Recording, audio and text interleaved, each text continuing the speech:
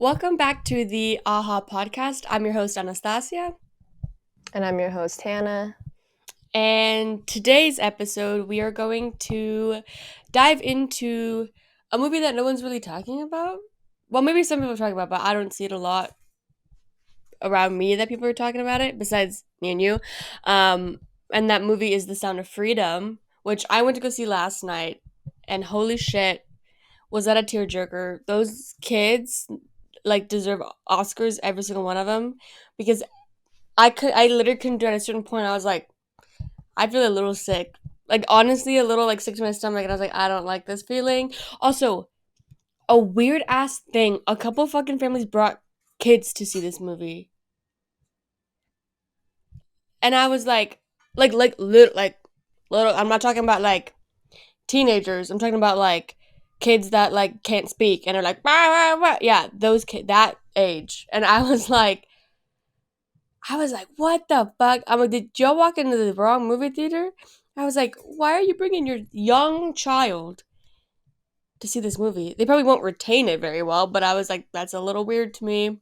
Don't know how I feel about that. MJ was like, what the fuck? Who brought a kid here? I was like, I don't know. Hmm. I don't know. That's interesting because you think I think you should I don't know. There's a whole debate of like when Mm-hmm. certain topics that like when you tell your kid about it. But I think the when they show the footage of kids getting snatched, like when they show like security looking footage, and you see kids getting snatched, it's so scary. Especially some kids were like fighting back. It's not like oh, I No. went into the van, or like what you typically think, like, oh, they came a thing and I was pressured to do it. So I think knowing and getting that, like, the kids at least understanding. I think that a little, yeah, I don't know what they're But it was a retaining, little, they were but like a little young, and I was like, oh no. yeah, But but teach their like own, I guess. retaining like, hey, I shouldn't go, like, do not go, yell or scream or do it and like fight. But yeah, it's so sad that like a lot of these kids really like didn't like there was nothing that they did wrong, and then that They're just they're like in this hanging out on the situation. street, and then someone on a motorcycle comes and grab. Like that is such a scary reality in the world where like it can happen within like a millisecond, and you're like, no, it's extremely scary. So now when adults are like, because I remember when I was, when you're a kid, and your parents are like, don't do this, don't do that, and sometimes you're like, whatever, like I don't care, you can't, whatever, just because you're an adult, blah blah blah. But now in hindsight, you're like, okay, no, listen to your parents because they know a little bit more than you do at this certain point in your life. So just listen to your parents because it's scary. It's we'll get. I have some statistics pulled up and everything, and we'll talk about the movie and everything here in a little bit. But yeah, no, I Uh, yeah, no, we said this in not the last episode, but the episode before. Um, when people, there's a special place for people who do things to kids. Like you deserve the deepest depths of hell, and you will burn and have a horrid life because, like, that's one thing I will never understand that. Psychologically speaking, you're like, ew, what the fuck? I don't know. I don't know, and I don't like it, and it makes me uncomfortable. But it's good to have these conversations when you bring awareness to these certain things, which is why I wanted to dedicate an entire episode to this movie and to Angel Studios and everything, so people know a little bit more about what they do, because I think it's super important. But yeah. Do you want to add anything before we get into like the actual movie? No. No.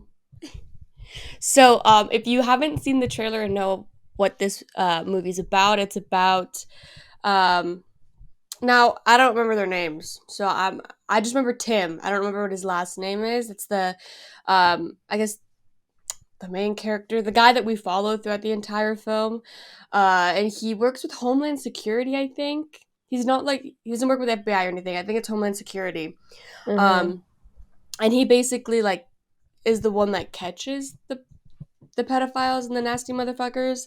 And there's a scene in the beginning of the film where he's talking to his partner or something. I'm not sure. and the partner's like, I can't do this anymore. We haven't like brought home any kids or anything or saved any kids. And Tim says, our job is to catch the pedophiles, not, the kids. Which I think, first of all, the writing in this movie was really good. And you had mentioned before, because people were like, it's a Christian thing. I literally, God was mentioned like 3 times. But like, it was mentioned in a context that was like, makes sense with the movie. So it's not like, let's shove Christianity and God down your throat. Like, that's not the point of this fucking movie, okay? That's literally not at all what they're trying to talk about. Um, but anyway, I just want to throw that out there. But yeah. So anyway, long story short, Tim decides to go to Jesus. It's not Colombia right away. He like goes to Colombia after. I don't remember what fucking country he goes to, but it's South America.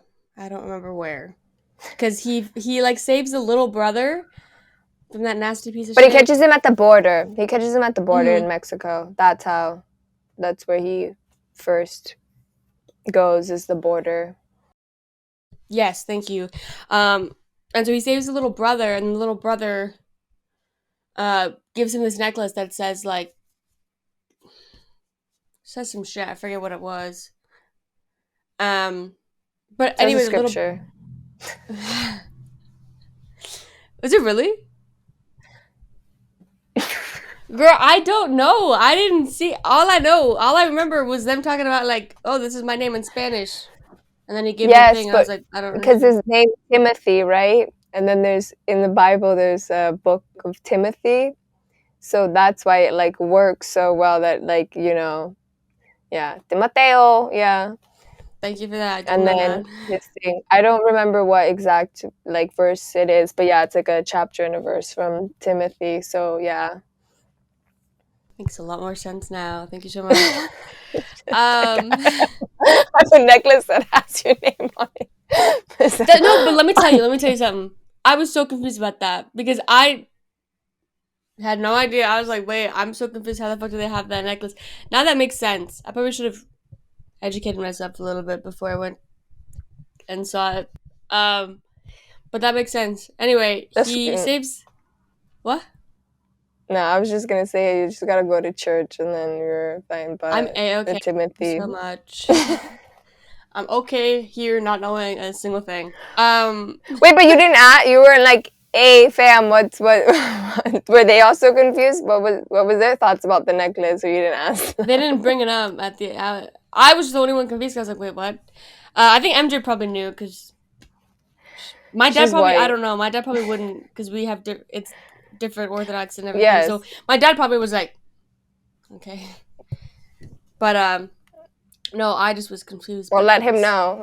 Let them I'll know. Be let him like, know. "Hey guys, in the group chat, did you Hey guys, guys?" remember this thing? Yeah, yeah. This is why it's significant and why it works. It's not just a random necklace. But so he saves the little brother, and the little brother asks him to like find his sister. Long story short, the U.S. fucking government. I mean, I talk shit. Someone's gonna kill me.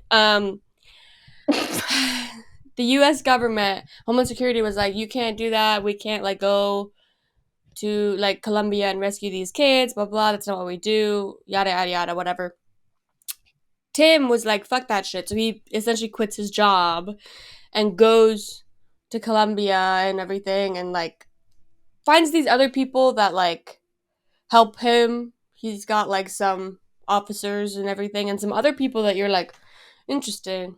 Like one of the characters like was in prison for whatever reason. Oh my god, that conversation he has with Tim when he talks about like why he didn't go back to like because when he got out of prison or whatever, Tim was like, "Why didn't you just go back to your luxury life with all your money or whatever?" Ugh, anyway, that was like triggering, and So I was like, "Oh my god." that part where he talks about why he decided to help like with Mm-hmm. children trafficking and stuff is actually was not true. Like that story of where he ends up finding like that was one of the differences that they put in the movie that the Mm. actual character didn't do that. Right, because this is based off of true events and true Hmm. people. So, oh, interesting. Didn't know that.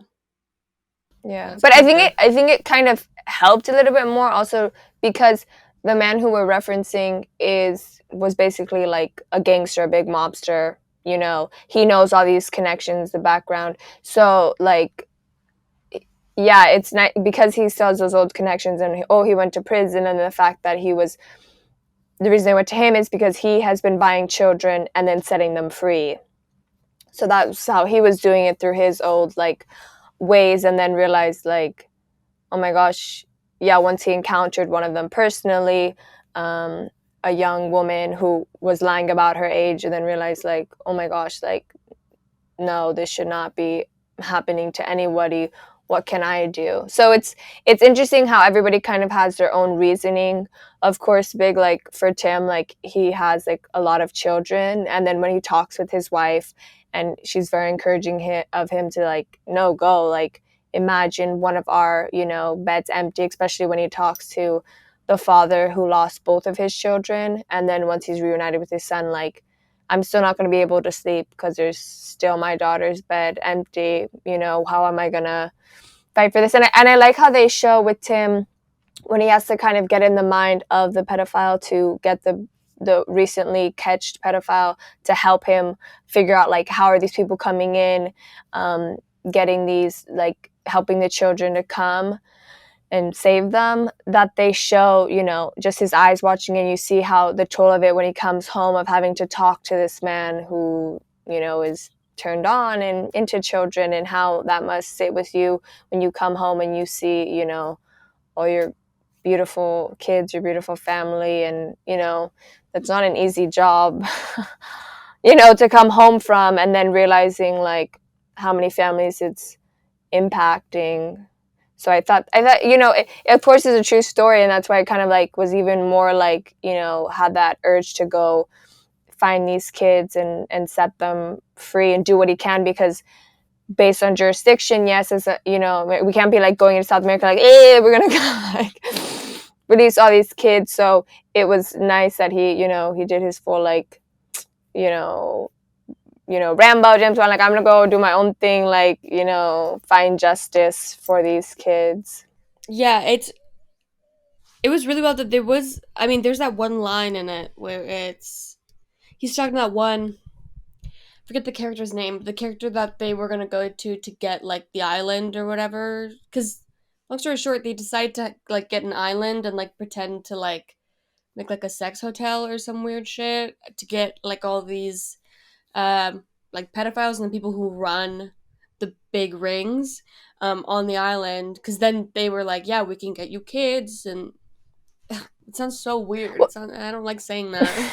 no, but they could get a lot of kids at once. That's what the whole Yes, goal is. Because then when he saw like, oh, they did it in Thailand, like these sick private islands that are like high exclusive, that you're like, hey, we'll give you a bunch of money. We like have like, Epstein's Island, which yeah.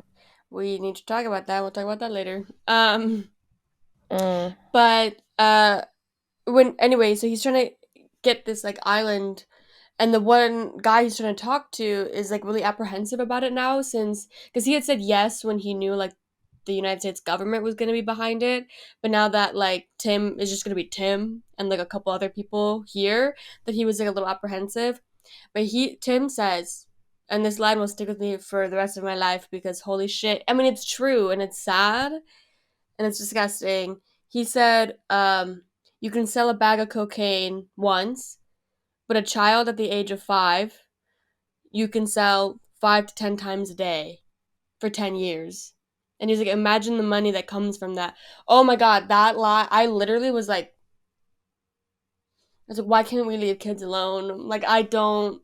That's like so disgusting to me and sad. But that line stuck with me, and I was like, but it's so true. It's so true and disgusting, and the fact that all these people. It's also like, not that nobody cares, but I feel like within today's society, like unless it's affecting you, you don't care.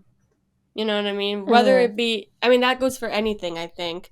Um, because people are not educated very well on certain topics. So I think this movie is so important to drive the epidemic that is child trafficking, child sex trafficking, child porn, all that kind of stuff, to show the, I guess, regular person that it is everywhere. And it's a multi-billion-dollar fucking company. It's about, bitch, it has exceeded the illegal arms trade, and it's going to exceed the drug trade if we don't fucking do anything about it. But also, I don't understand, how do you not care? Like, these are people and they're kids. Like what you like, imagine that being your kid. Like, then you would have a fire under your ass to go help the. But I'm like, even if it's not your kid, like, every single one of these kids deserves to have a childhood, to go play outside without the fear of getting fucking taken from their homes and put into this life that is disgusting and nobody should ever be a part of. Unless you're a pedophile, then you need to be in hell. Like, that is one thing I'm so adamant about, is people who do that. I would like cut their dicks off and like castrate them and like cut their fingers off and slit their throat and like inject them with shit until they die.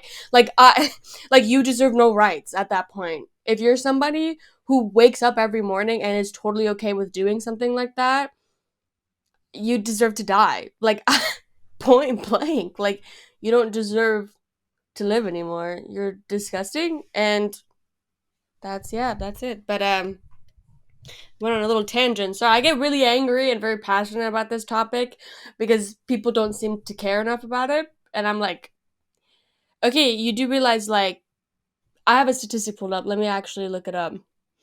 Um, okay, 1.2 million children get trafficked every single year. And then in the US, because I'll get into the US and how disgusting this place is, it's estimated between 15,000 and 50,000 women and children are put into sex slavery in the US a year. How does that not alarm anybody? I don't understand. But then also, you see, like, a lot of these cases when kids get put into sex trafficking, it's also missing kids. Like, when you see kids go missing, it also correlates to the entire sex trafficking ring, where, like, there's a lot of cases of missing kids that I believe have been put into sex trafficking. Like Johnny Gosh, I know I told you about that case a long time ago, but that's a case that will sit with me forever because I. But also, the worst thing is like, allegedly, let me say allegedly so I don't get sued or anything. Allegedly, like, government officials and police officers and everyone who's supposed to protect you, presidents, whatever, get paid off by all these rings because they have so much money, and money is a disgusting thing that people will do anything for. And so they turn their backs, and then they don't look at these missing kids because they already know where they're going and they got paid off for it. And that's fucking disgusting. You also deserve help. That's the end of my tangent. Sorry, we can go back to the movie. No, but no, I agree with what you said, and also like it's one thing, like, because when you, like, if you ever are, convicted, which is nice that you have that record on you as being, like, a child sex offender. And I remember getting in school, like, the images of the pictures of the people that they're like, oh, these Oh, are me. oh, oh. Yeah, they had us like look up like sex offender registry in like middle school, and I was like, what the fuck is Oh going no, on? like, we would get, like, I don't know if it was, like, not every week, but we would get a paper that was just kind of like, look out for these men if you see them and stuff, that were like, I Oh guess, welcome to wow. Miami. I don't know what to say to I don't No, know. it's okay, girl. Also, Um, Toledo, Ohio is #1 for sex trafficking, so I live right there, so that's really fun. It's terrifying. There's like a mm, highway. It's towards Cleveland. There's a highway.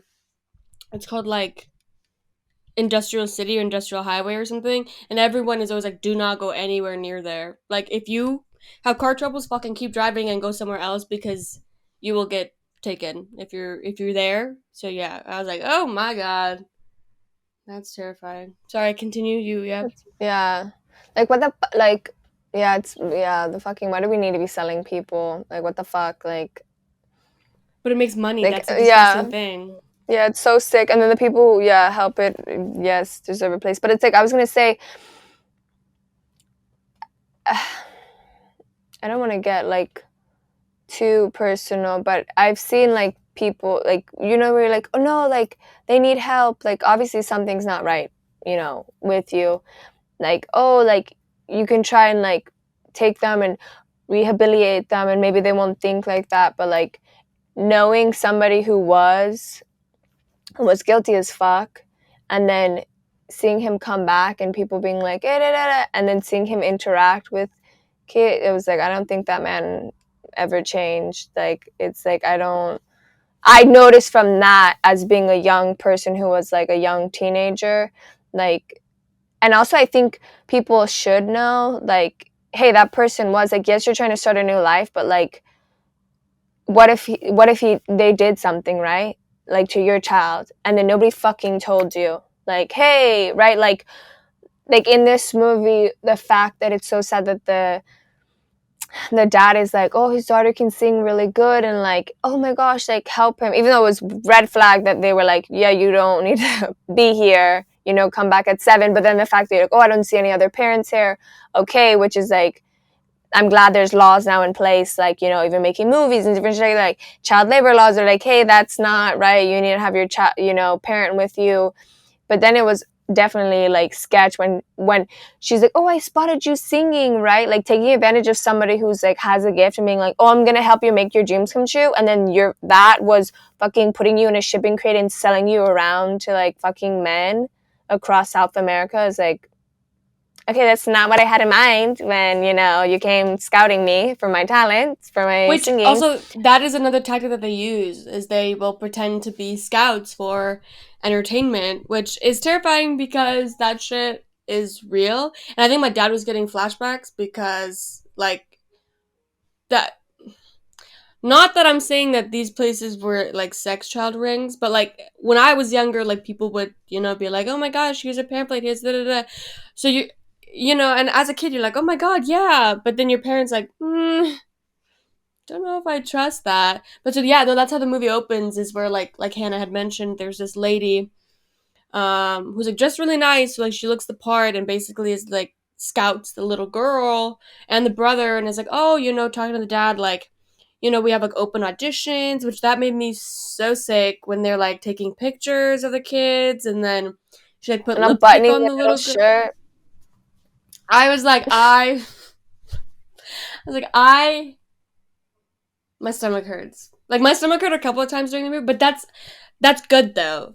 Like in order for people to educate themselves, you have to make them a little uncomfortable because you know what I mean. Like the fact that this does happen, you need to make people uncomfortable sometimes with all the statistics and everything.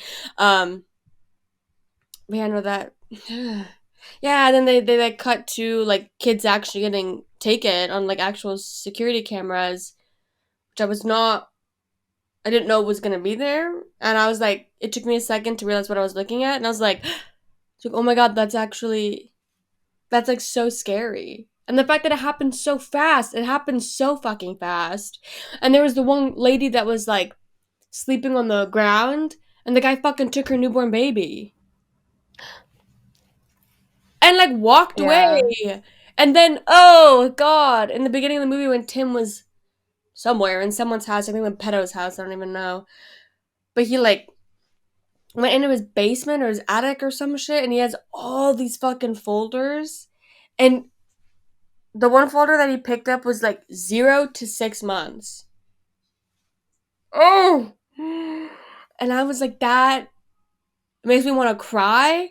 And also, what the fuck is wrong with you that you want to see that? You nasty bitch. Like, I don't. Oh, it makes me want to cry. Like, I don't understand. I don't know. I don't like it, but it's a conversation that everybody needs to have because it's so important. Um, but yeah, no, sorry. Yeah, you were saying, and I totally cut you off. No, you're good. It was a good cutoff.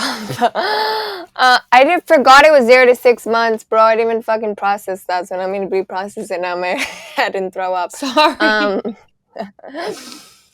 no, but like yeah, words, but then you knew it was sketch. I was gonna add. is when the brother just walks in. He never showed you his like talents in the, you know, in the square, and then you're like, oh my gosh, what a cutie, you should come too. I would be like, wait, hold the fuck up, you said I was gonna be a star. But that's just, you know, that's just if kids, you know, want more attention than kids be like, no, I'm the star, what do you mean, what you talking about, He's girl? not Like, coming. but then you think, oh my gosh, what if we both could be stars? And like, and I have to say, with that scene and that young girl, like, she did so fucking phenomenal.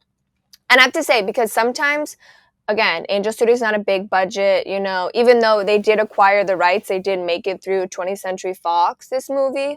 But like, sometimes kids, and I think, and you feel bad because sometimes kids, like, they're kids, right? They're not going to be sometimes amazing at acting, right? Like, you know, also depending on the material. But this girl did it so well. And when she's like smiling and feeling herself in the picture, you're like gut wrenched because you know exactly where this is, you know, going to and who's gonna be seeing it. And then you think like just her range of emotions. And I would love to see like a behind the scenes of how they, you know, talked with the kids, you know, like how much they knew, you know, what did they help to, you know, invoke these emotions to get them. And Like in like a healthy just way that whole too, of opening. course.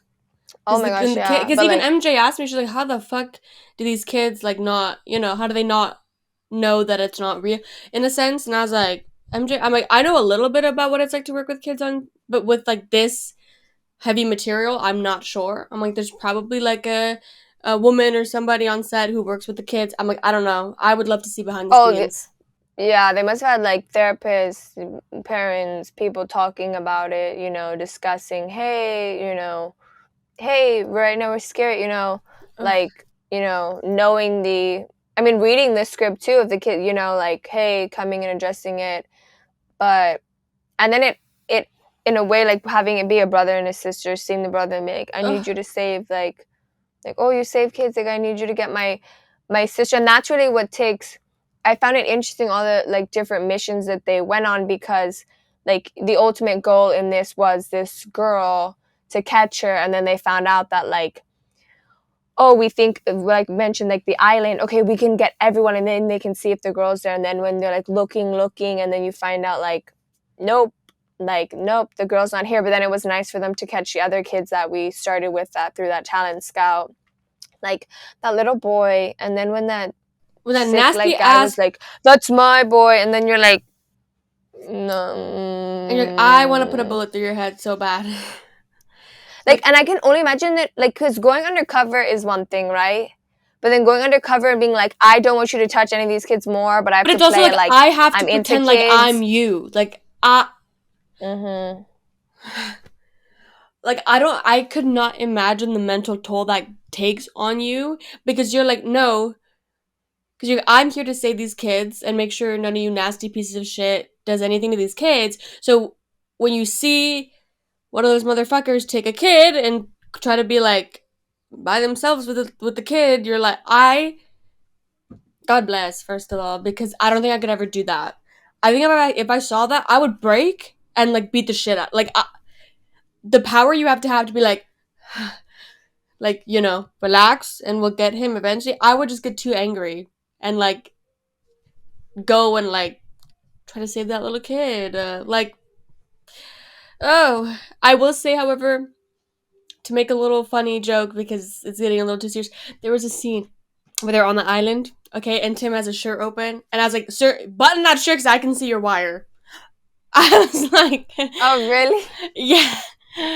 Or yeah, I was like, because you can see the necklace, and then his shirt was Mm. open a little bit, and I was like, Tim, I was like, button your shirt. I'm like, I can see the wire. I'm like, close that shirt. Someone else is gonna see it. I don't know if that was like a continuity error or not, but I found it funny, and I was chuckling a little to myself because I had to make myself laugh a little bit because it got really intense for a while.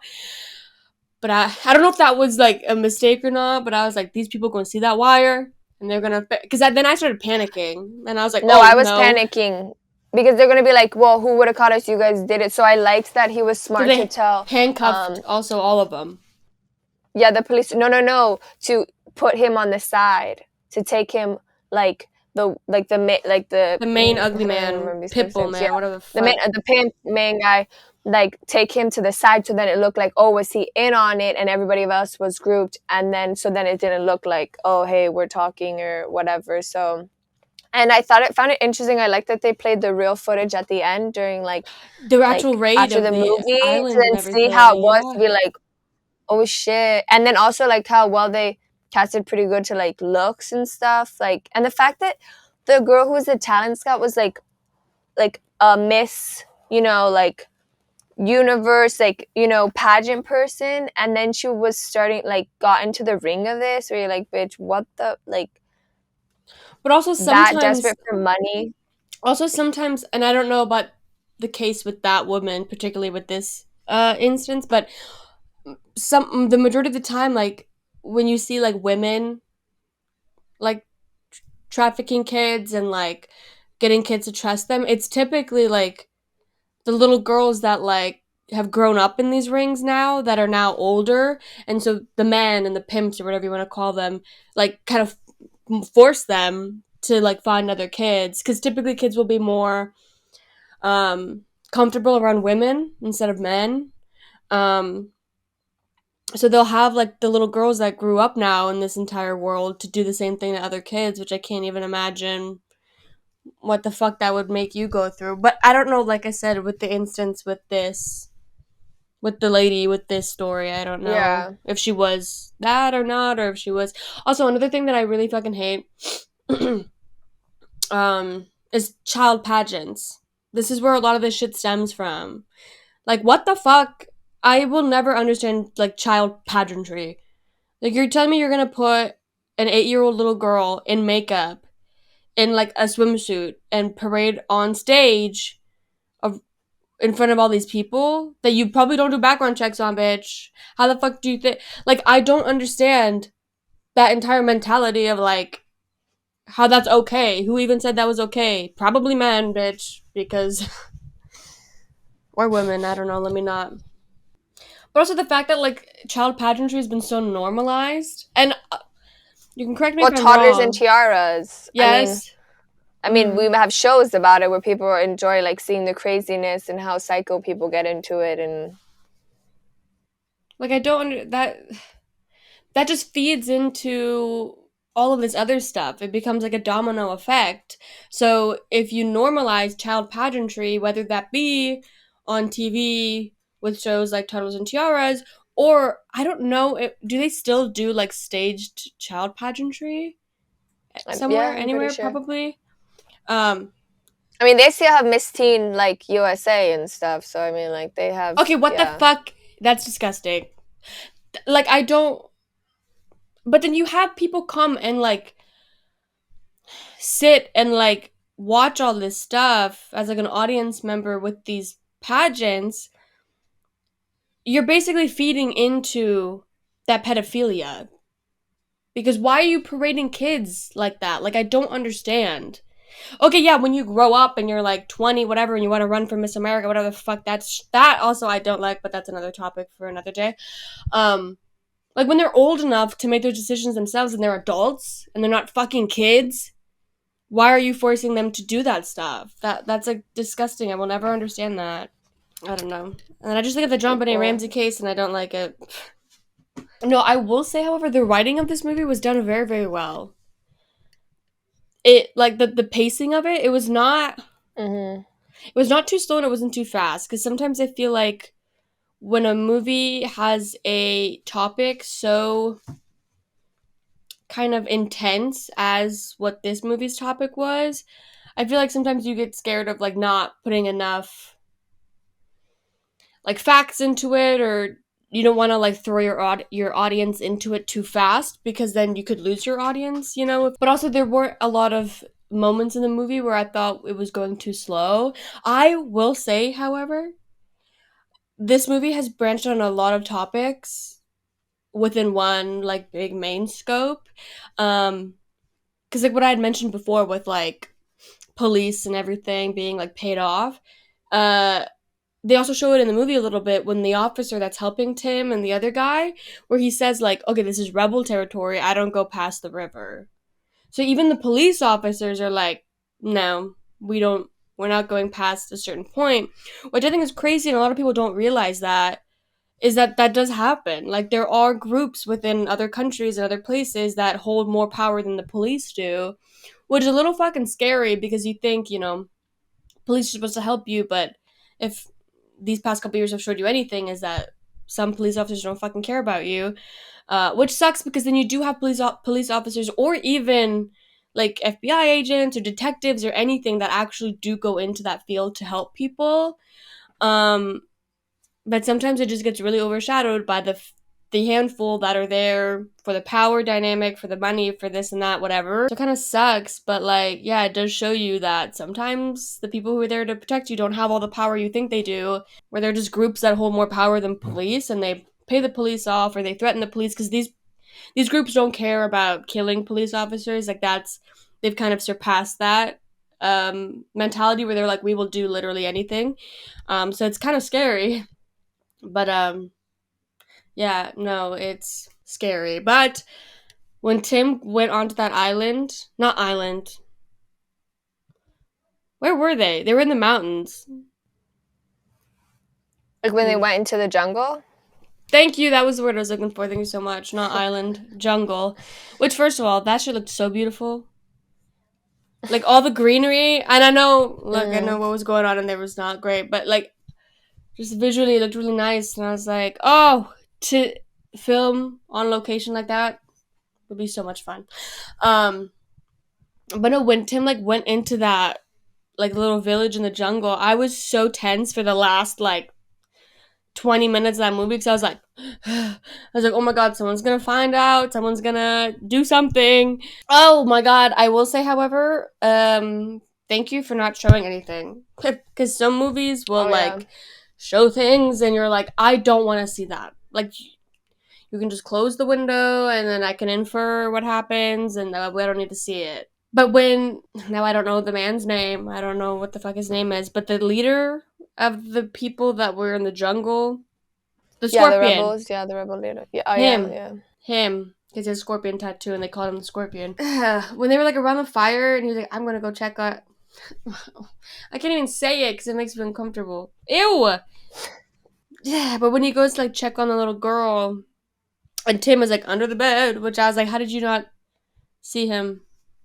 Because I feel like when you're far away, whatever. But when he like takes her and puts her on the bed, but then they don't, God bless, show anything because you're like, okay, we don't need to show anything. He just like takes his belt off, and you're like, no, you're like, stop it before anything happens, and then Tim fucking kills him. Good. I was gonna say with that scene, I love when he's telling her like, hey, like, well, like, and I'm glad that she screamed like, yeah, the man came and was like, after all the trauma she's been through, Yeah. and she's like, no, here, I'm here to like help your brother, and then like being able to have like the necklace and be able to be like, hey, like, I'm on your side because if I were her, I'd be like, I don't know if I believe your ass. I've been lied to for the past, few years. But I liked in that scene where where he's like, hey, when I tell you, just close your eyes. And then she closes it and we just hear the sounds of struggling Yeah. and him fighting and killing him. And we didn't need to see it. And I think in a way it was able to, like, yes, it kept to PG-13 where then more people could watch this and this message could go across, because then I think you have to think like, this is an important message. Is it important for me to show the sick shit really in detail that people are doing, or allude to it because you know enough, like, hey, our imagination also is way worse than sometimes reality is. So it's like that they were able to, I think, did a beautiful job of like not having to be over the top or grotesque, but that you still were crying, you still were left like disgusted, you still were like, is there hope for humanity, what can I do to end this. So I thought they did a beautiful job in that way of addressing that topic, and not we didn't need to see all of that. Like, it was enough said. But yeah, you were very much on edge because he had like no weapons. And then when they got in the boat too, and then you're like, why didn't you steal that gun from the guy? And like, oh my gosh, what if they get like shot and coming out? Like, yeah, I have to say, because it was constantly the next like little like op mission onto the next, that I thought the pacing worked, because you were like, oh my gosh, oh my gosh. And then the beautiful scene, which I love how they fucking have to brand the fucking kids. Like, oh, here's a Ugh. tattoo. Like, bitch, if that wasn't fucking obvious, then how do you hide her, right? That no, she's a part of our community. Like, then what the fuck is that tattoo doing on her skin? Then she's clearly a fucking trafficked child.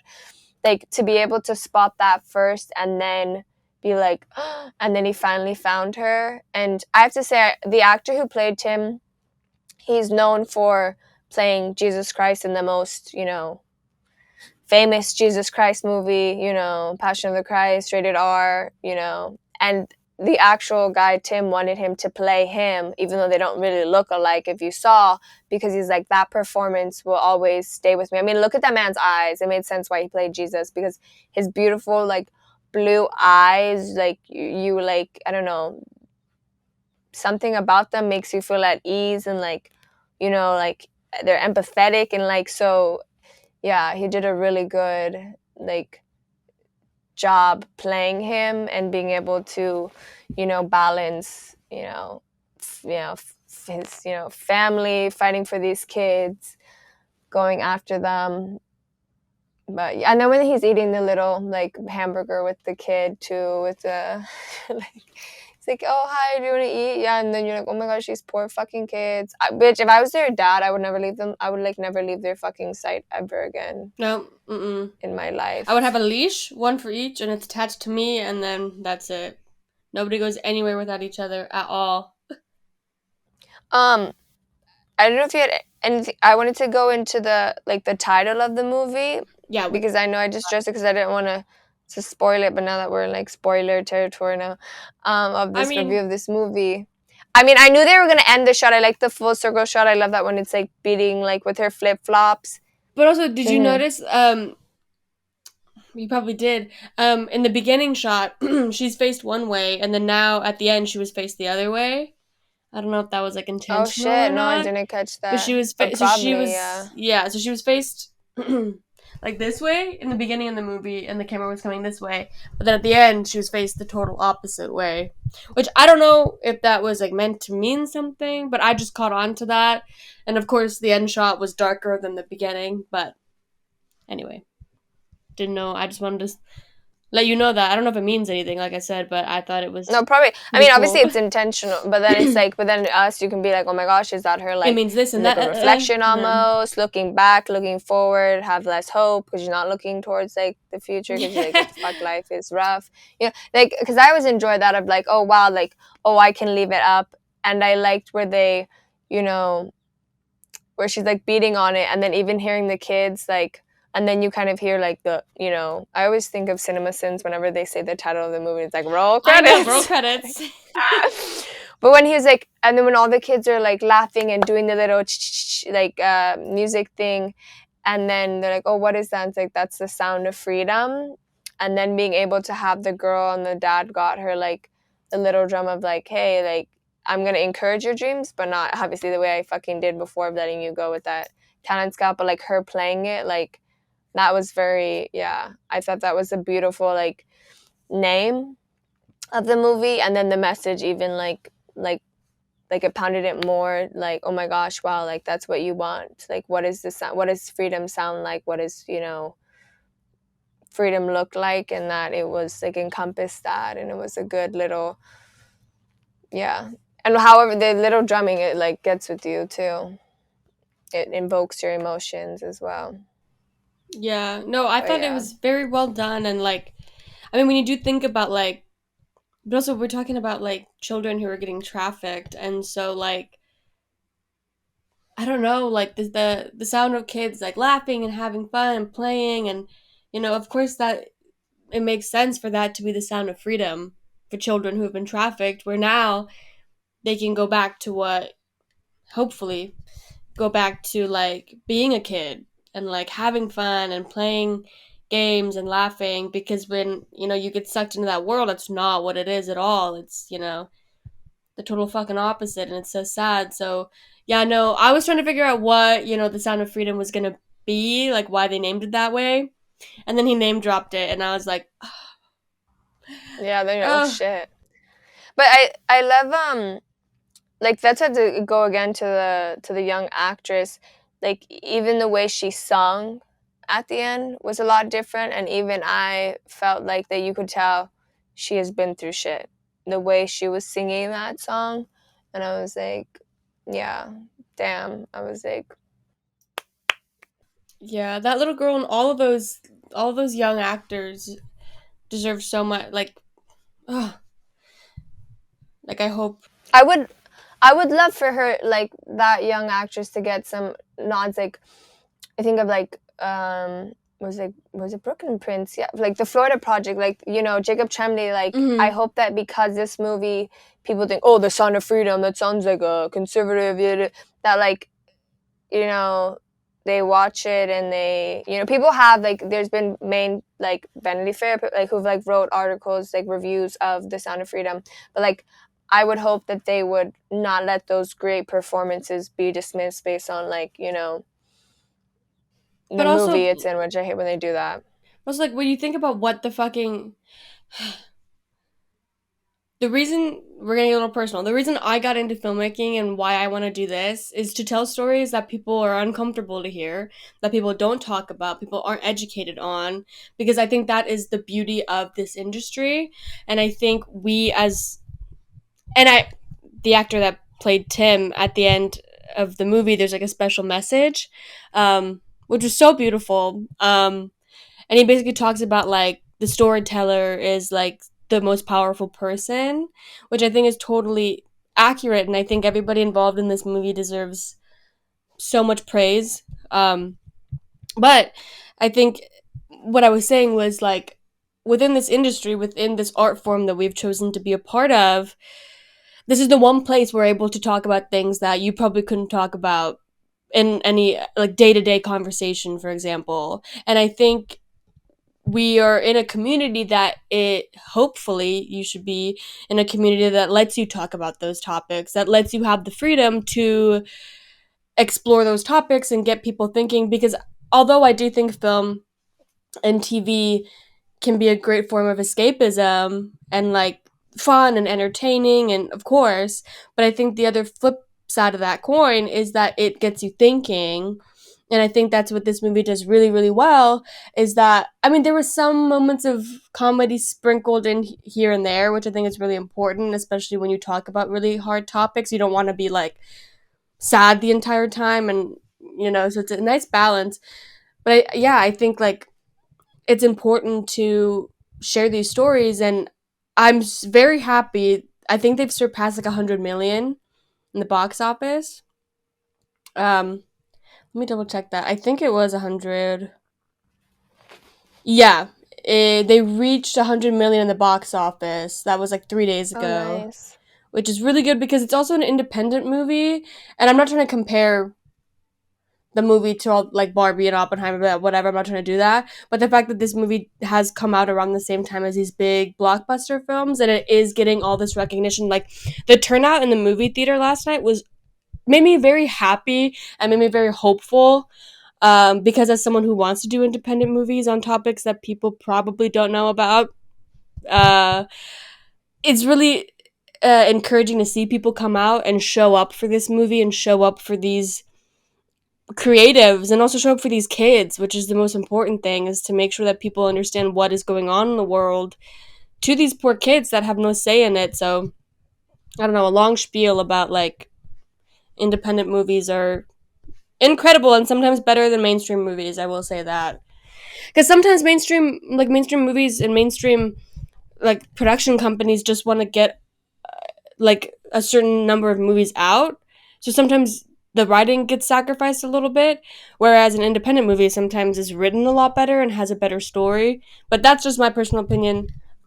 I mean, this movie was shelved by a big Mm-hmm. fucking. For 5 fucking years. They didn't think it was an important story. Like, yeah, they thought at the moment, and then the minute they merged, they were like, and you would think it merged with fucking Disney, a big children's content creating fucking thing. You would think it would be important to fucking put out there. You would think. But yeah, then you have their quotas and all this shit, and then they want to pull stuff of like when they merge, like, well, we have to take off things because so we get a better tax write off and da da da da da. And then it's like, well, what is the expense of art, right? Like, this is how it's coming. Like, yes, it's a competitive field, but I don't know. Yeah, But like at it's the end of the mixed. day, I feel like I don't know. I feel like these there's so many important stories that need to be told, and I think that like I don't know. It's just annoying that it got shelved for so fucking long. I'm not surprised it got shelved for so long because of the content of what it is. Because, like I said, it makes people uncomfortable and people don't want to talk about it. People don't want to face it. But it's a huge epidemic in the world. And so the fact that everybody on the movie fought so hard for it to be showed and it's now getting great recognition and surpassing box office like milestones, I think is amazing. Um, and that just shows that independent movies are kind of like where a lot of the more important stories are typically told. But anyway, is there anything else you want to add before we? I do want to segue into what's going on in Hollywood with the strikes and everything, so I think it's a good segue talking about independent movies. But any Take it last command? away. Well, before we end, just go see the movie, or at least go support and share and educate yourself at least on the topic. If you're watching on YouTube, I will leave links to Angel Studios website. I'll leave links to if you guys are interested in supporting like NCMEC, the National Center for Missing and Exploited Children.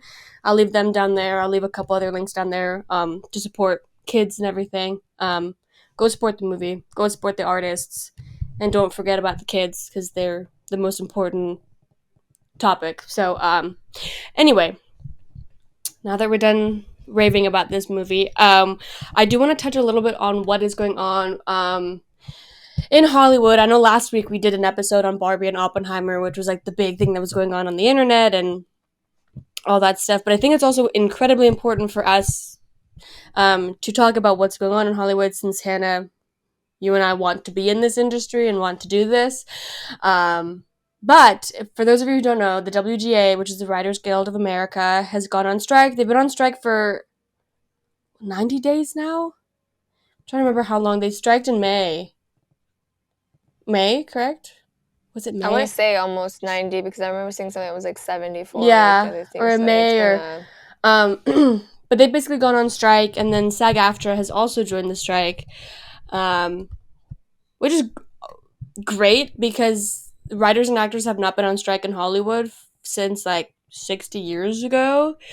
Um, Oh, you which had the is, strike. You had the strike in '08 of the writers. but not with the actors though. Yeah, right. Not with Yeah, more like unions, together. but they like to fuck with the actors every few years. So But yeah. So from what I've researched, and I don't know, and people can correct me on this or not, but from what I've seen and what I have access to see on the internet of what the unions have been asking for. They've been asking for more residual pay when it goes on streaming because actors and writers and creatives don't get any money from residuals. For example, when it gets streamed on like Netflix or Disney Plus or anything like that, the people who created the show and who are the backbones of this entire industry do not get paid for it. It all goes to the CEOs of the company, of Netflix, Disney, Hulu, whatever, any streaming service, which I think is absolutely disgusting and not right because without your writers and without your actors, you literally have no product. And then also there's like the whole thing of AI, and that's when SAG-AFTRA joined the strike, from my knowledge, is where the A what is it? APT, oh god, what is the acronym? AMTP. So yeah, that shit. The AM, whatever, American. cuckoo, whatever the fuck, they don't matter. No, the Association of Motion Motion picture, Pictures. Blah arts, blah blah. whatever. They had basically said that they want to use AI essentially and scan background actors, and pay them for 1 days of pay, which is like $200, maybe $300, um, and then use that likely no use that scan of them forever, but not pay the actor for their time. And so SAG-AFTRA was like, no, we're not allowing that. So they went on strike and joined the WGA.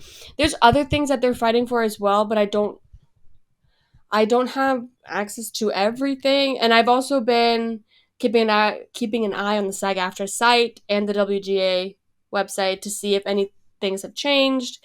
Um, but from what I know, I think it's from what we've been told as the public, just been residuals and the AI, whether that be AI writing scripts or AI scanning and using that as background actors in movies and TV.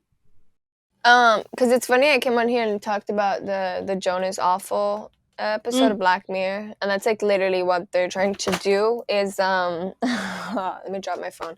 What they're trying to do, because there was a good video that came out that somebody, I forgot what this woman's position was, but basically being like, so like with AI, we'll be able to like imagine like you right, we scan all these actors' faces, you know, and the cast of Snowpiercer came out and said that they did do like a full 360 scan of their whole bodies. Like some was part of the contract, some wasn't. So then you're like, why the fuck did that production company get my whole? Okay, interesting what that's gonna be used for. But she was like, okay, so imagine like you get all these scans of these people, right? And then you write like, I want a romance film with right. I'm typing this into my ChatGPT or whatever. I want a romance film starring Hugh Jackman, Meryl Streep. I want it to have a happy ending. Da, da, da. And so you, as a creator, are writing the story, right, and getting it and creating it. Let me tell you something. As a consumer, after a while, like that's like kind of cool. Remember when we had our create your own adventure things and people thought that was gonna be like, ooh. And how many did we make? Not that fucking many.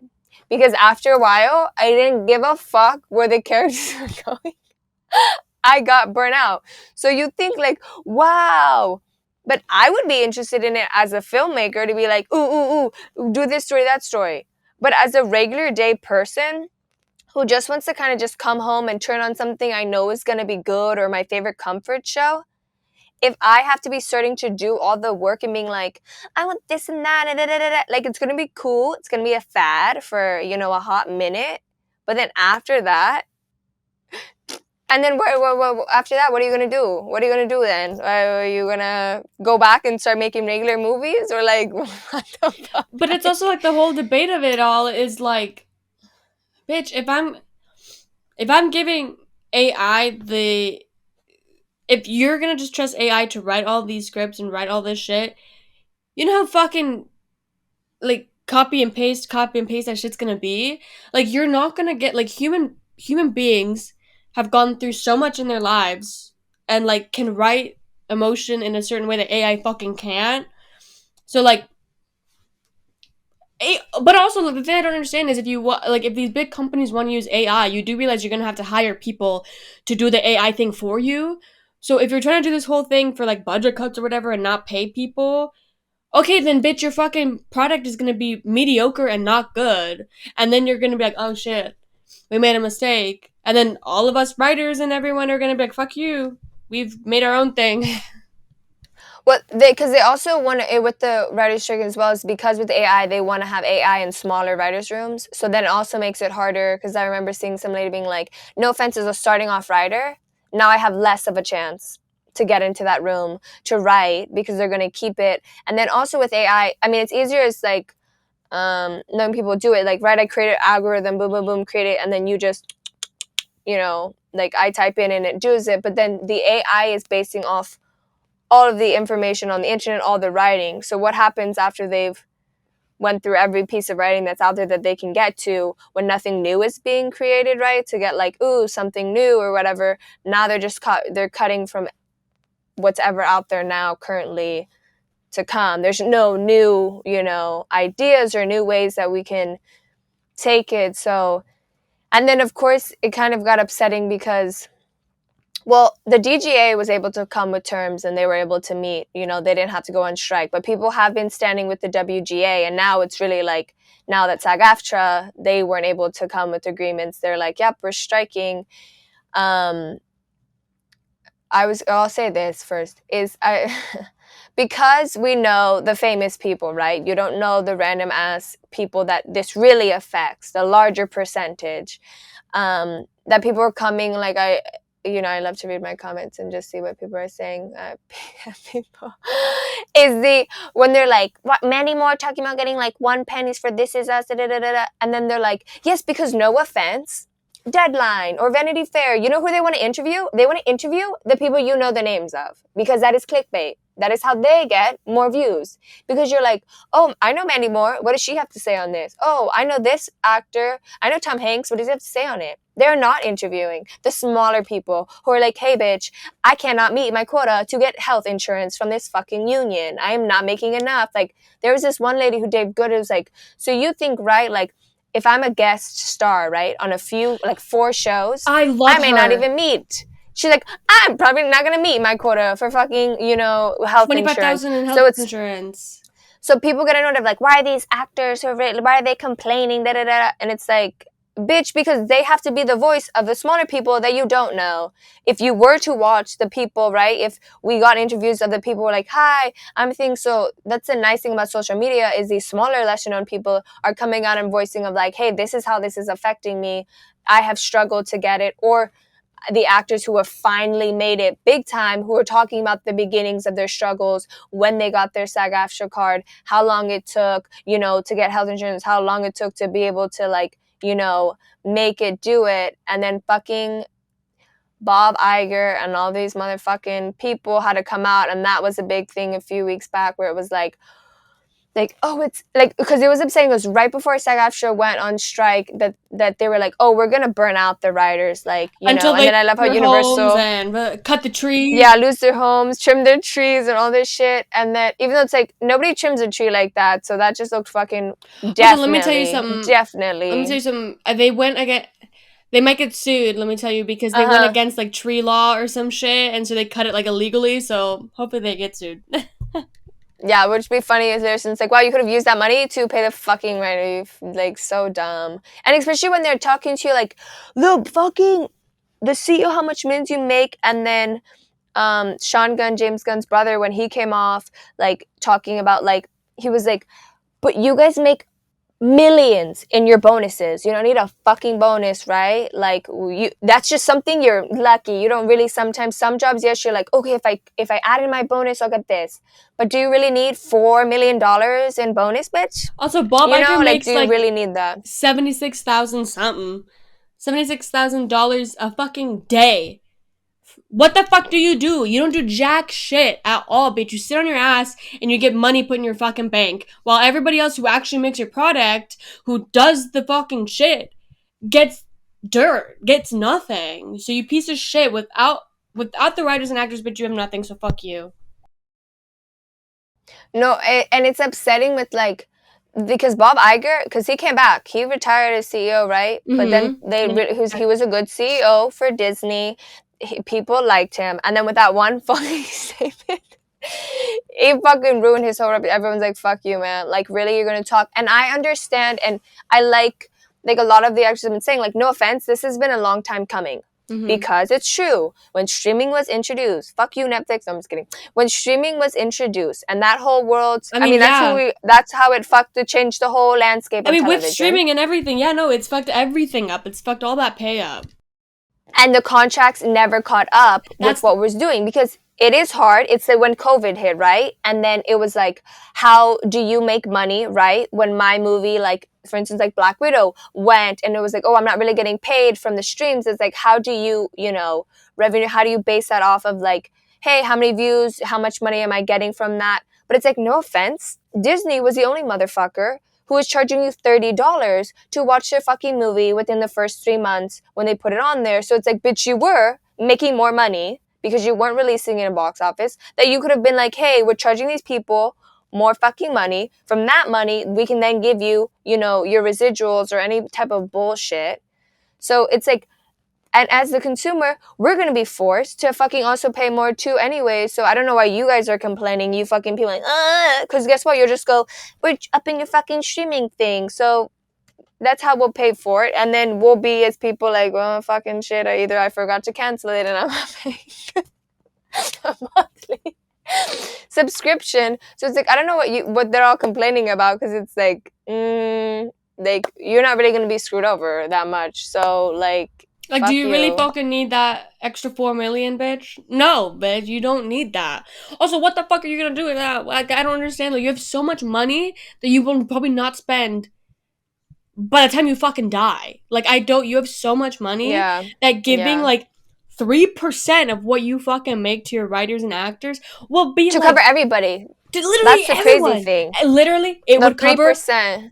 bitch, it would cover everyone and everything that they're asking for, but apparently that's too much that they're asking for. But let me tell you something, A24 has said yes to every single thing SAG-AFTRA has said. And so that is why A24 is still able to be making movies and actors are still able to be acting in A24 movies because A24 has changed their contracts to fit what SAG-AFTRA and the WGA want. So what they're asking for is not a lot. It's not a lot, bitch. It's a longer turnover time. It's longer lunch breaks. It's residual pay. It's all this stuff that is not asking a lot because if A24, an independent production company, has the funds and has the money to be able to do that, then fuck you, Disney, Netflix, Hulu, Paramount, fuck all of you. You are able to do that too. And if anything, you should be the first ones to do it and show everybody else that that you can. Other companies can do it too. So I don't understand what the fuck you're sitting on your ass for, doing nothing. And then it's funny when people are like, when they ask the AI, and it's like, guess what? The AI would be more reasonable to be a CEO than be a writer, bitch. Like, how about they take, I just find it funny because there's that movie coming out with John David Washington, Creator, Yeah, and it's like where it's like AI, it's like battling Los Angeles, and I'm like, this is what happens when they this is fucking what's gonna have their happen. AI write this thing, and then they fucking strike, and they're like, we're gonna come destroy Los Angeles. But you think the people who make so much movies about AI, white people would be skeptical to have them making movies? I don't fucking like. Do you not watch the movies you make or like No, produce? bitch, Like I because don't. they don't need to. They get $4 million in their pocket for doing nothing. They don't need to see what's being No, put on their platform. no, but then they make a PA, give them a fucking rough cut, and drive it to their, Oh my big ass god. mansion with like in staff, maids and stuff to drop off so they can watch it and be like, and then pretend that No, they I don't know how to like make it. films and like give them their fucking notes. So dumb. So turn But down your volume at this part of the thing when we start. when we start Yeah, yelling and with rage, yeah. But I as just think work it's. slows down Let me for just. everybody. Yeah, But I. hopefully they come. Like, oh, sorry, I mean, sorry, they go have ahead. to come into an agreement, right? Like it. I listen. If I was anywhere near these picket lines, bitch, I would be on the picket lines every fucking day. But I live in the buttfuck of Mm-hmm. Ohio. I'm trying to support in any other way that I can. You know what I mean? But I mean, I love going on the streets and doing like the person in me who is very grassroots activism. I'm like, oh yeah, bitch, I'd be on there doing my honking absolutely, waves bitch. that I would Hey, do for politicians. Like, let's go like crazy. So it's nice, and even seeing them in like London and being to see yes, like all how over. like worldwide it is of like the striking with it. But I think yeah, like obviously having more people on strike, it is giving bigger of the thing of like, oh my goodness, like yeah, something needs to change and be done, and we're not gonna. And guess what? Wait us out, bitch. Like, hi, we're struggling artists. That's our, Anyway, bitch, mo. That's what we do. we've been used to it, girl. Come on now. Like you, that clearly it's you who can't struggle to lose money because you're over here saying, no, that's too much to ask to pay. Da, da, da. Then it's like, also it's like sometimes they think like, oh, I run the numbers. This would be great. And it's like, but it's like the beauty. I don't know. It's the art of cinema. That you're losing the fact that it's not written by people. And guess what? Even shit that's written by people come from like that was shit. Who wrote that? That was garbage. That was like nobody talks like that. And then you're amazed that it was written by a A human human person. being. So you think we won't notice when it's mostly written by AI? Like what the heck? Like I don't. Yeah. Ugh, girl. But yeah, Whatever. we're so excited to be in this, to graduate and be a part of this industry. Girl, I love how it Well, was we're like. still non-union. We're still non-union, so I can't wait till the union, when I gotta join the union and everything is, better and we've all come to agreements. I just don't understand. Whatever. No, I'm not. I'm just gonna be done talking about. I will say, however, I will say there are certain like things which I'm scared to do, like post anything because I've seen some on some websites and some places where it's like you cannot post about movies and blah blah blah blah. Oh, because you'll be considered a scab after the. And I was like, I'm like, do we need to stop the podcast? I was like, can I not post about movies? I'm like, can I not do anything? Because I want to be part of the union, but I don't want to cross the picket line.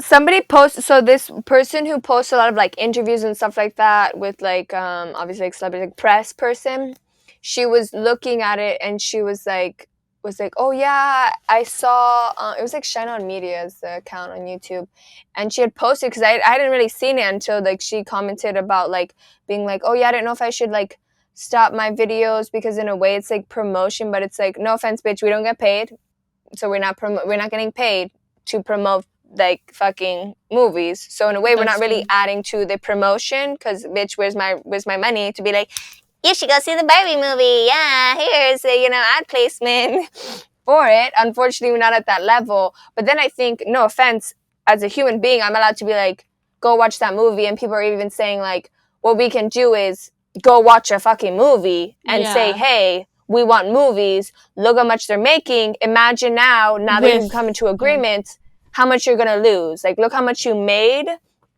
Like with the movies you've already distributed out. And I also have to say, like, in a sense, for me, I'm gonna always be like, whether I feel like in a way I have a Melanie Linsky heart of like, I will promote things like, this was a good ass movie, you should go watch it. Even if I myself like make movies, I'm gonna be like, no, this movie was really good, or this performance. And I feel bad now that people can't do that for their own movie. That who do they have to be like, no guys, really go watch this movie, go see it, it's really good. Like, people should know about these performances that they may not have seen, or like going to do it. I know people are like, everyone should just cancel their subscription on this and that. I mean, that would show people of like, oh, look at you, we're not going to do it anymore. But then it's hard because you still have this flux of things that were made that I wouldn't want to be like, fuck you, I'm not going to go watch your movie amidst this. You know what I mean? Like, as a creator, like, I created that, right? I didn't know my industry was going to fucking, go on strike. People put in time and effort for it. Like, let's show it some love, like, doing it. But the way the girl said it was good, and like, oh no, yeah, I can still make movies and all that stuff. But it's one thing if we were like, hey, we're here with this actor and director, and putting that out there when they're now on strike. But luckily we're not big enough, so we don't have to That's true. The only perk worry of not about it. being the only perk of not having a big audience right now. but but no, and I don't think SAG or the WGA has put out a boycott yet for movies and stuff. Right. So, and I've been keeping an eye because I was like, girl, I don't want to cross that picket line and make a mistake by accident. When you apply, they're like, hi, we saw that you in And it's like a whole file. 2023. And I'm like, oh shit. But that was just for fun. Okay. Is there anything else you wanted to talk about before we end this episode? Because we're an hour and 15 already. Well, that's not bad for do we stop so people are like, wow, this one wasn't long this time. I was just gonna add all the shit I've watched. Let me say. I have to say, really good movie that people should continue to give love with that's still in the movie theaters is Joyride, which is the rated R comedy, and it definitely shows you why it's rated R. But going with my family, who's a mix of ages, different people, different takes. We all went to go see it because we got to go support our, first of all, our Asian filmmakers, our women filmmakers, because it's all led by four Asian American women. It's, written and directed by Asian women. So it's like, I'm going to go give it the love that, like, it deserves. Also, like, having actually, like, already following some of them, like, Sang-Soo from, Everything Everywhere All at Once. I love her. She did so good in this movie. Everybody has, like, their very specific character, but, like, when you mesh them all four together and, like, seeing even the BTS, they had, like, a fucking absolutely hilarious, like, time, and you can definitely feel, like, their energy, and, like, they were talking, like, how, like, when they were around each other, they got even more, like, like, off the walls, which, shows, but that it's definitely raunchy. It's like people like I mean, we compare like it in the sense that the last time a big, women-led comedy was Bridesmaids, won an Oscar, like it was really good. Like I would say in the sense of this and like kind of where they go in Bridesmaids, of like the raunchiness, um, Joyride does. But they have like the best. I will say just this little thing because this is too like good to spoil. Like it has the best tattoo reveal of all time in this movie. Which when you watch, then you'll get it. But Sabrina Wu, which is one of them, who plays like Dead Eyes. I was watching her stand up. She's hilarious. Like I'm glad that she's getting like more recognition. Cherry Cole, like they're all do like so well, and even all my family was laughing, like even my mom, who's not like an R-rated comedy person. So like sitting by her and having her laugh out loud, you're like, oh shit, like okay, this is like a pretty good it's a pretty good movie. It's an enjoyable fucking time. Like all of us were laughing out loud, which is what you want, where you're like, oh my gosh, my stomach like hurts. There was a really good Harry Potter joke in there that still has me. That's one of those jokes that it's like, okay, that will live rent free in my mind. um, Doing it, and it's just the story follows just like what it means to be, an Asian, an American, what it means to be a friend, what that looks like, because Ashley Park, who leads it, which I'm so happy she finally has like a leading role. You know her from, she originated Gretchen in Mean Girls the musical, and then got in Emily in Paris. And it's very much like a side supporting character who can sing, really well. So it's nice to see her at the forefront of this movie. And seeing how, she was adopted to this American family, finding out who she is. And then when she has to go back to China for work, she's like, oh, reconnecting to her roots. And then she brings like her friend along to, translate for her because she doesn't speak, Mandarin like fluently. And then that girl brings her cousin, and then she meets up with her college friend Ashley Park. So then they all four get together, and then there's some like rivalry of like, oh, I'm her best friend from college, well, I'm her best friend from childhood, and then this and that, and they all kind of find like, what are they supposed to do with life, who they are, and we all love female friendship, so it was nice to see that. There are some moments where you're like okay, they definitely like went there, like for me, like okay, yeah, like they definitely have their montage of little like sex scenes, of course, because it's a woman film, so they got to be like, we're sexual beings. And then yeah, it's just a really good time, and I was like happy. I'm glad it came out like where it wasn't like a super, other movies were busy, so that people could go. We went like, yeah, the podcast, when I left to go watch it, it wasn't like a packed theater. But yeah, I hope it does well, and it's definitely one that I would like watch again, like when it comes out like on streaming, because it's a good time, or watch like clips from it that like would definitely still have me laughing about it. But it was a nice, good little coming of age for like young adults, in a sense of, Which is good. I don't think we finding who see you that a are. lot. Coming of age when you're a little older, because sometimes typically coming of ages are like when you're in high school. But they don't really do coming of ages like college, after college, so. But yeah, go, and I don't know if I would bring your parents with you. Are you talking to me specifically or just No, I'm just everybody? saying anybody. Depending if you know who your parents are, and you're like, I Like, don't you know know. what? We're not My gonna go mom was like, together. oh, I'm down to go eat popcorn. Like, sure, if you guys are all going, I'll go. But I know she Ah. liked it, so yeah. I guess, well, this episode is going to come out after, but in the sense of celebration of Disability Pride Month, I think everybody should watch Crib Camp on Netflix. It's a really good documentary about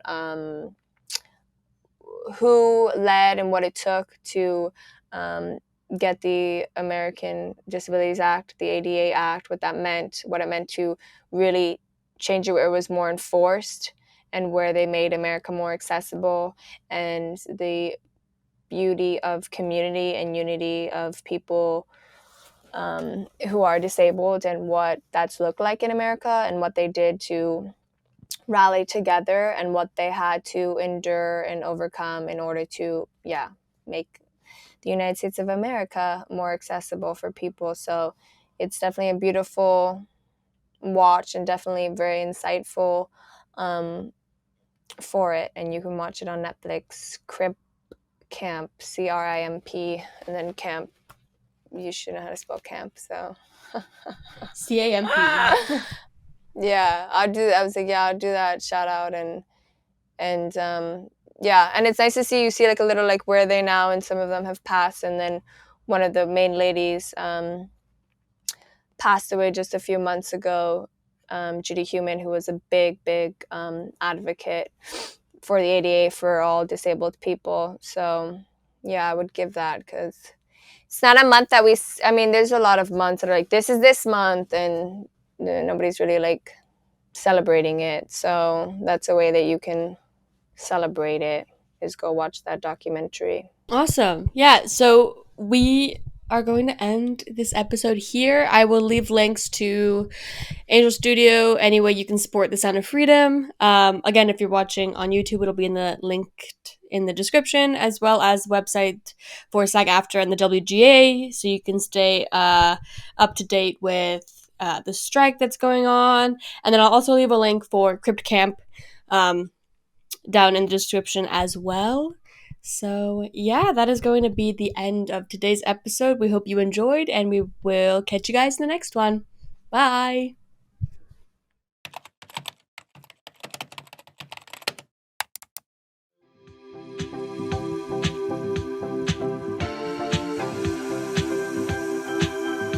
Haha.